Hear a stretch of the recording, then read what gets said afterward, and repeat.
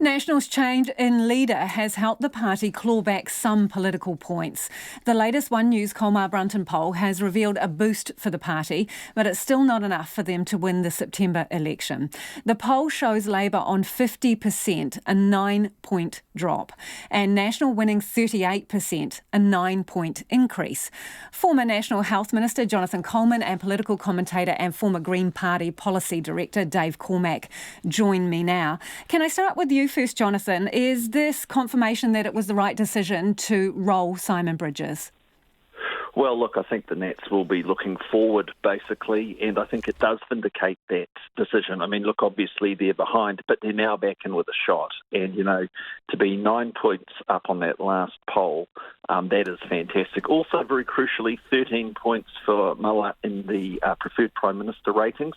That's as high as Simon Bridges ever got, and that's well over 2 years ago. So, look, 50 for Labour is obviously great, but only a feud in isolation. Yep, they could, govern alone, but you've got to look at how those numbers have moved this year. Back in February, Labour were on 41. They gained 18 points in the next poll to 59. The Nats went from 46 down 17 to 29. They're back up again. This has been a movement all this year between Labour and National voters. It's core long-term National voters who went to Labour in the May poll. They're now starting to come back. And the key thing is going to be, what's the trend? Can Labour hang on to those voters? But look, obviously a strong position for Labour, but you've got to look at the trend, and we're still 3 months out. The other thing is, Labour's taken some big hits in the last 10 days, even on health, which they've been pretty strong on traditionally. They're now going to find that as National moves the debate onto the economy, I think things are going to get tougher. So look, Labour are at a great position,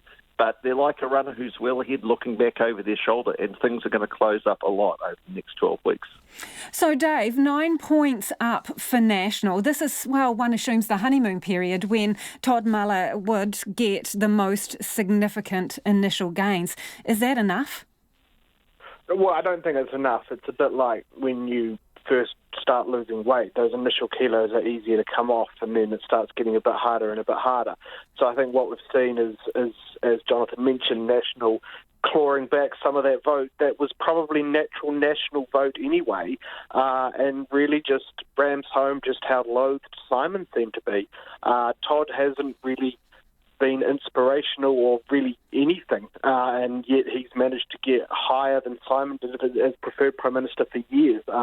He's just kind of a thumb-looking guy bumbling his way through, and so it's a good poll for everyone except New Zealand First. To be honest, the Greens will be happy on 6, ACT will be delighted on 3, and so everyone's got something to be happy about. Todd Muller, do you think, when he first announced himself in the role, he said his absolute focus would be on economic recovery, no opposition for opposition's sake. He's about 5 weeks into it now. How true has he been to that mantra he announced on the first day? No, he's certainly been handed some gifts. He's been handed some gifts in the last week. If you look just yesterday, cancelling that rail to the airport, votes for prisoners, the only thing Labour can say they've done in the last week. And then, of course, we all know, the COVID border situation. So, look, I think Todd's been doing a great job actually pointing out the shortcomings of the current cabinet. But what about policy, Jonathan? What about policy? Because at some point he's going to have to table some, isn't he? Oh, he will. He's got plenty of time. 12 weeks, you've got to keep your powder dry. And the thing is, David might not like the look of him, but National voters do. And I think what you're going to find, it's going to be the trend over the coming weeks. This guy does appeal to National voters. He's brought 9 percentage points back in the space of a few weeks, and he's going to bring back more. And I think this is going to end up being much closer than people might think 12 weeks out. OK, Dave, what do you think? Has he stayed on focus with economic recovery and no opposition for opposition's sake? No, it's been really adorable. They keep saying that National's the only party with an economic plan, and yet when he's been asked what that economic plan is, he's just kind of fumbled and blundered around and not actually had a plan.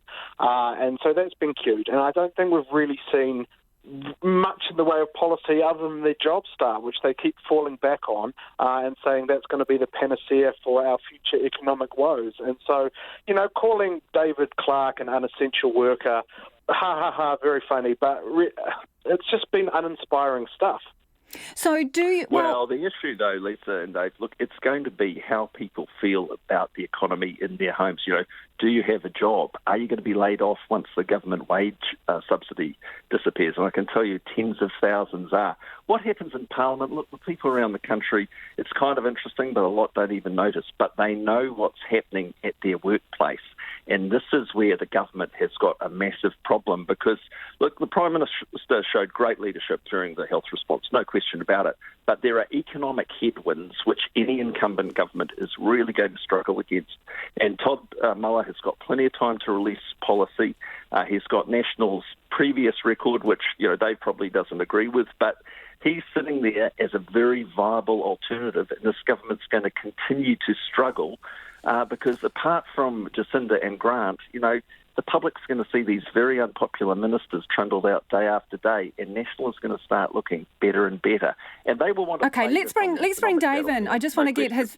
Sorry to interrupt, Jonathan. I just want to bring Dave back in here because, Dave, you know about strategy. You've worked as a policy director. I'm wondering what influence do you think his media team, Todd Muller with the new guard in there, Matthew Hooton among them, Janet Wilson, what influence are they having on his style, do you think?